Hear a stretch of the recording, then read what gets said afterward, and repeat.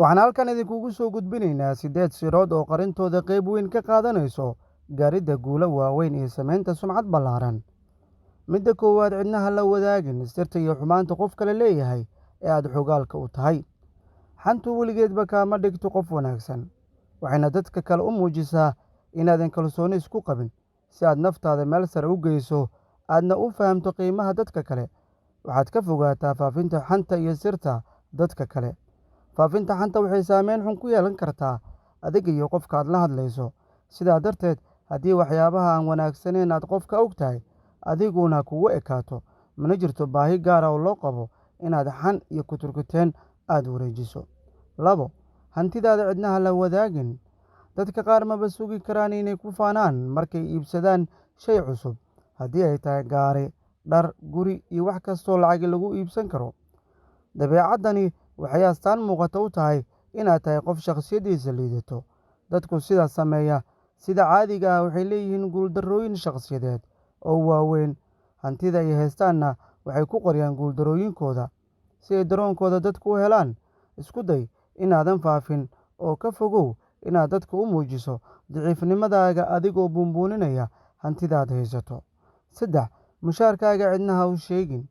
Gebi ahaanba looma baahna inaad dakhliga ku soo gala ay cid kale ogaato. In lacag laga hadlo ma ahan wax lagu farxo, sababtoo ah ma ogid xaaladda dhaqaale ee qofka aad la hadlayso.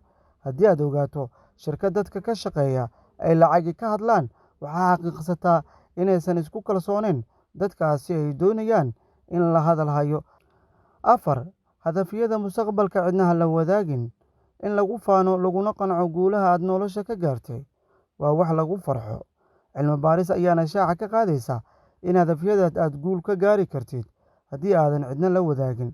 Cilmi baarisyada qaar ayaa sheegaya in sheegitaanka hadafyadaada ay yareynayso rajada laga qabo inaad gaarto. Arrintani waxay kuu abuureysaa fikir qaldan oo ah inaad haysato hadafyo shaqeynaya, waxayna yareynaysaa awooddaada iyo howlkarnimada aad ku gaari karto guushaada. 5. Cidnaha la wadaagin samafalka iyo caawinta dadka kale aad u samaysay. Waxaa nagu hareeraysan warbaahin bulsho iyo muuqaallo ka hadlaya bini'aadanimada. Waxaan caawinay qof hoy la'aan ah, nin xanuunsan ama cunug agoon ah. Inkastoo caawinta dadka nugul ay tahay fikir wanaagsan, haddana in ficiladaada wanaagsan aad la wadaagtid dunida inteeda kale waxay muujinaysaa inaad faafinayso inaad magac ku raadinaysid dadka tanda yar. Ficilada wanaagsan waxay qiimo leeyihiin marka aad la sheegin. 6.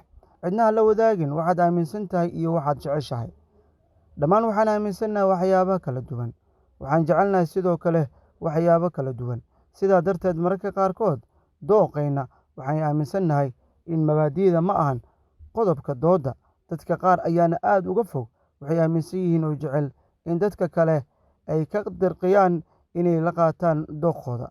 Arrintani waxay kaa dhigi kartaa mid aan dulqaad lahayn, waxayna horseedi kartaa in bulshadu isku daydo inaad ka fogaato mustaqbalka. 7. Cidnaha la wadaagin geesinimadaada. Geesiyaasha runta sooma bandhigaan ficiladooda geesinimada la xiriira, waana sababta inta badan dadka geesiyaasha aan filimada ku daawanno ay maaskar u wataan iyagoo diidaya in la aqoonsado. Geesiyaashu waxay sameeyaan waxay rabaan, sababtoo ah waa dad naxariis badan.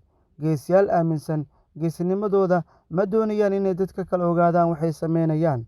Haddii ay rumaysan tahay inaad geesi tahay, ammaanta dadka kale u daa intaad adigu sheegan lahayd geesinimadaada. Ugu dambeyn, cidnaha la wadaagin arrimaha qoyskaaga.